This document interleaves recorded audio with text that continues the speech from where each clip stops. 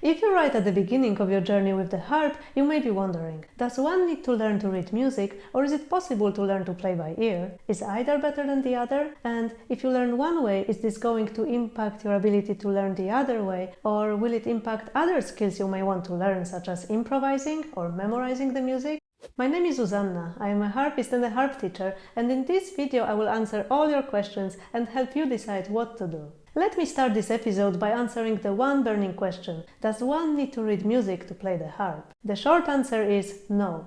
You can't play the harp without reading music. You may be wondering then, why ask this question in the first place? Well, reading music is a skill or a tool among many other tools that you can use to play an instrument, like technique, improvisation, listening, memorizing, and quite a few others. It's up to you which tools or skills you choose to use and how do you combine them. Among many different ways in which people come to learn the harp, two approaches are quite distinct: learning to play with music and learning to play by ear. You can achieve very similar outcomes with both these methods. If you have two musicians working on the same piece and one of them is learning to play by ear while the other is using sheet music, and they both put time and effort into practicing, when you hear them both perform, you may not even be able to tell who learned in which way. The two performances will of course be different, because each harpist will have a different vision of a piece and different interpretation. Even one and the same musician will play the same piece differently every time they perform.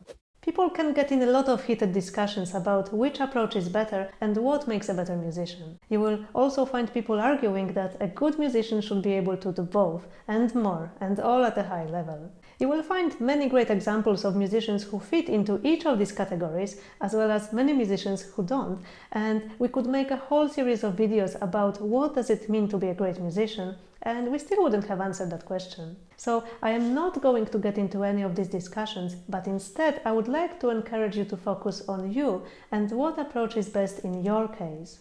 Both playing by ear and playing with music require some training. In case of playing by ear, you need to learn to work out how different sounds that you hear can be translated to plucking which harp strings. At the beginning, you may follow a teacher showing you what different sound patterns are out there, what do they sound like, and how they are reflected on the harp.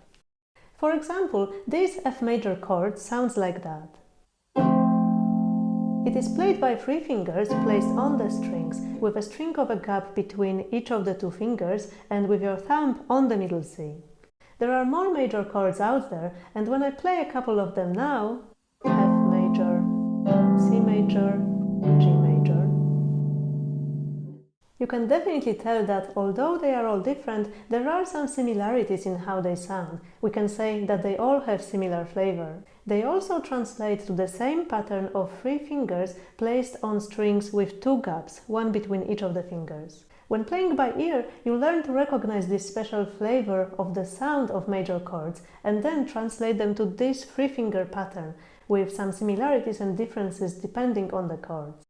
As your listening skills improve, you will be able to learn more and more patterns and will be able to pick them up easily when listening to a piece being played, without having to watch the hands of your teacher or having to check every single note one by one while listening to a piece. This method usually requires access to a recording or to someone who is happy to play the piece to you multiple times. There are not many people out there who are able to repeat a piece after hearing it just once, so you will likely need to be able to listen to it again. If your listening skills are quite advanced, you've got good musical memory and the piece is not too complicated, it may be enough for you to hear the tune just a few times and you will be fine to work out the notes, memorize them and play the whole thing again on your own. If you're not advanced enough to be able to work out everything just by listening, you may need some extra support. You may need to watch the harpist's hands more closely or have either that harpist or your teacher demonstrate which strings you need to pluck in order to get the same sound. Or, if you also have some knowledge of reading music, then you may try to look at the score and check which notes are used there and how they translate to the strings that you need. As obvious as it may sound, to play with music you need to learn to read music. This involves learning how music notation works, so how different strings are reflected on which places on the paper, how to tell whether the note that you see is meant to be played slow or fast, what's meant to be played by the left or the right hand, and so on. As part of that, you also learn how different patterns look like and what does that mean for your hands. For example, the F major chord that I played earlier will look like that on the page. And here is how it sounds.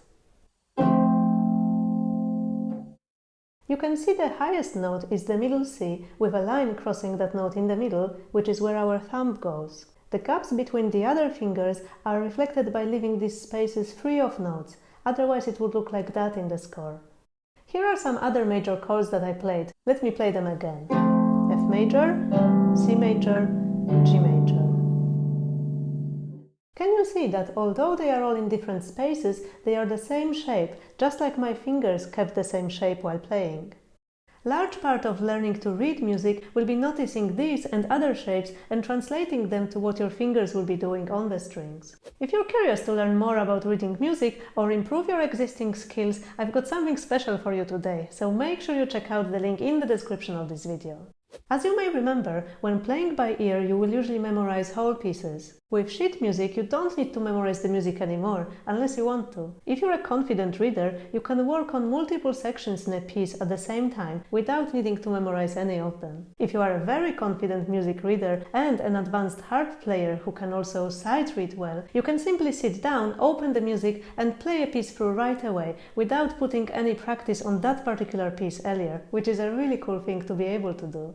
When you're learning a piece with a score, you may from time to time listen to a recording, for example, when you're looking for some inspiration at the final stages of learning the piece. You will not really need to listen to a recording to learn the notes. As I said before, there is no right or wrong here, and you will definitely find many musicians who can do both. Both playing by ear and playing with music require some training, and learning to master either method can take some time. Partially because of that, most teachers tend to specialize in one of the two, or at least they prefer to introduce one method first and then the other, simply because they both take time to master. Another reason for that is also that harp teachers often happen to be performers too. The genre in which they specialize will often influence which approach they are most comfortable to teach. They will of course still use the other skills or tools that they've got in their toolbox, and each teacher will likely develop their favorite combination of methods and in which order they use them to teach. When you're wondering which approach is best for you and what kind of teacher you want to look for perhaps,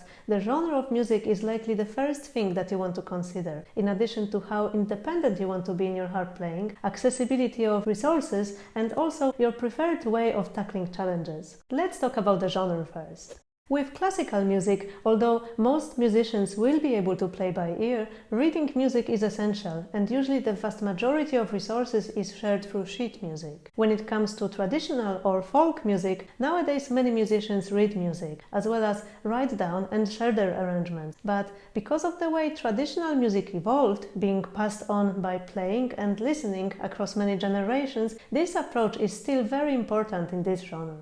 It's important to remember, though, that even in case of traditional music, there were musicians and composers in the past who have written down their tunes in 19th, 18th century and even long before that. You can't listen to them play these pieces anymore, but you can still read through their sheet music and with the right knowledge bring their tunes back to life.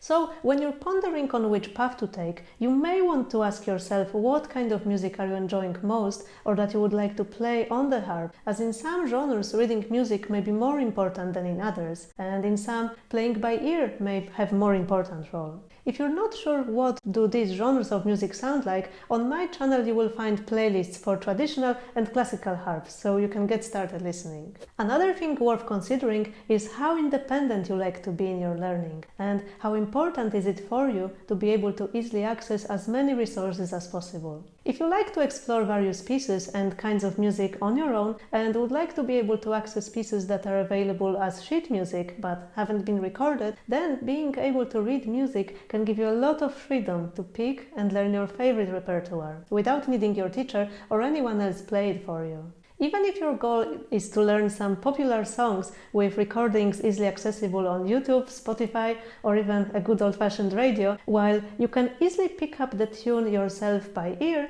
you may want to look for an arrangement for a harp or even piano where you can get some more ideas for accompaniment for the basic tune, or where you can see what harmony you can add. Reading music, even at a very basic level, can really complement your learning in situations like that and give you some more ideas.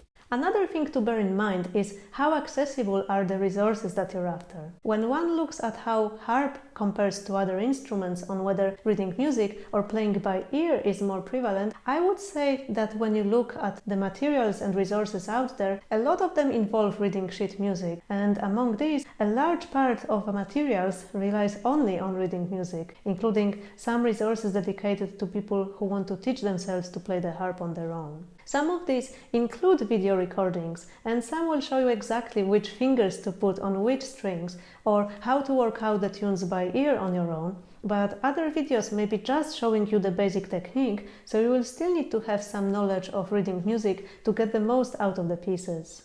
Many learners want to know which of the two methods is easier, or at least less frustrating. As I said before, they both take time and dedicated practice to learn, but there's also something else I noticed. Learning to read music at the same time as learning to play can be a bit frustrating at times, especially if you're an adult, and here's why. In one of the previous episodes, I talked about how reading music is very similar to learning to read, and how you start first with just a few letters and easy pieces. And just like with learning to read, if you're an adult learning to do this, you can get quite frustrated when you're stuck for quite a while on short and some very simple stories. Similarly with the harp, learning to read music as you start to play may mean that you will have to go through some exercises for reading music and some very simple pieces before you can play the pieces that you've been dreaming of. Some people may find it quite discouraging and maybe demotivating, and they will feel like they are hardly making any progress, even though they obviously do. On the other hand, there are some people who find dealing with these kind of challenges satisfying, and they may prefer to have to go through these difficult steps right at the beginning, when they just got their harp, they are inspired to learn, and their motivation is high. If you are worried that you will find what feels like a very slow progress at the beginning discouraging, then perhaps learning to play by ear would be a better choice to start with, as hearing yourself play and having accomplished learning a piece that you like can be that one step that you need. But if you're willing to give reading music a go because you're feeling really motivated and inspired, or maybe you're like me, and when you're told that something is tricky, you become really curious and start asking yourself, is it really that hard? Then it's definitely worth to give it a go. And even if you decide you've changed your mind, being able to read music even at a very basic level can give you a huge advantage when looking at new pieces in the future. If you're curious to see what reading music is like, check out the link in the description of this video, as you will find some extra resources there.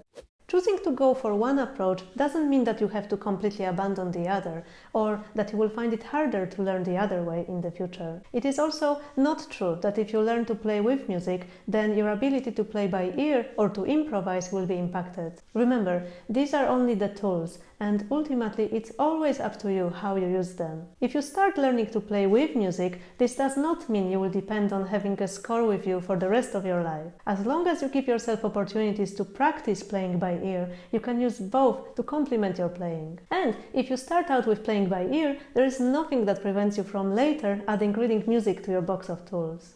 Reading music is one of the many tools that you can use to progress in your harp learning journey. While it is by no means the only one, it is one that is very powerful, as it is one of the most popular and accurate ways of communicating musical ideas in many genres of music, and it can give you a greater freedom in what you learn and how you share your music with others. As I said, reading music is a tool, and it depends on you how you're going to use it. It's not going to prevent you from playing by ear or improvising or doing anything else you want to do on the harp, as long as you're conscious of your plan, of what you're learning and how. Because in the harp world many resources are still notated only in sheet music, being able to read can enrich your learning and help you progress with other skills. How effective of a tool it is will depend a lot on how advanced of a reader you are, but even very basic level of music reading can change a lot. While there are some genres of music where traditionally learning to play by ear has a very strong position, it is still useful to be able to refer back to the score for a reminder of what you learned, or to check whether what you've worked out by ear is correct. Now, I'm curious to hear from you. Have you tried learning to read music or to play by ear? Or maybe you tried both? What was your experience like? Let me know in the comments. Just a quick reminder to be kind, even if you have very strong opinions on either method. If you like this episode of Coffee Break Harp, remember to like and subscribe to get notified about future episodes. I will see you here again very soon, so take care and bye for now!